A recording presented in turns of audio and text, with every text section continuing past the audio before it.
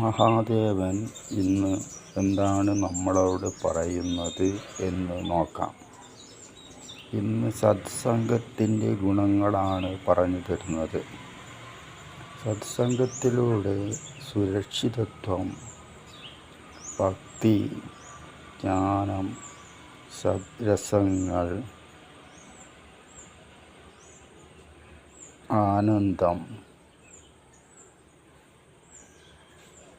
മാനസികമായ ആരോഗ്യം ഇവ എല്ലാം ലഭിക്കുന്നു. പരമമായ ആനന്ദവും ലഭിക്കുന്നു, ജ്ഞാനവും ലഭിക്കുന്നു.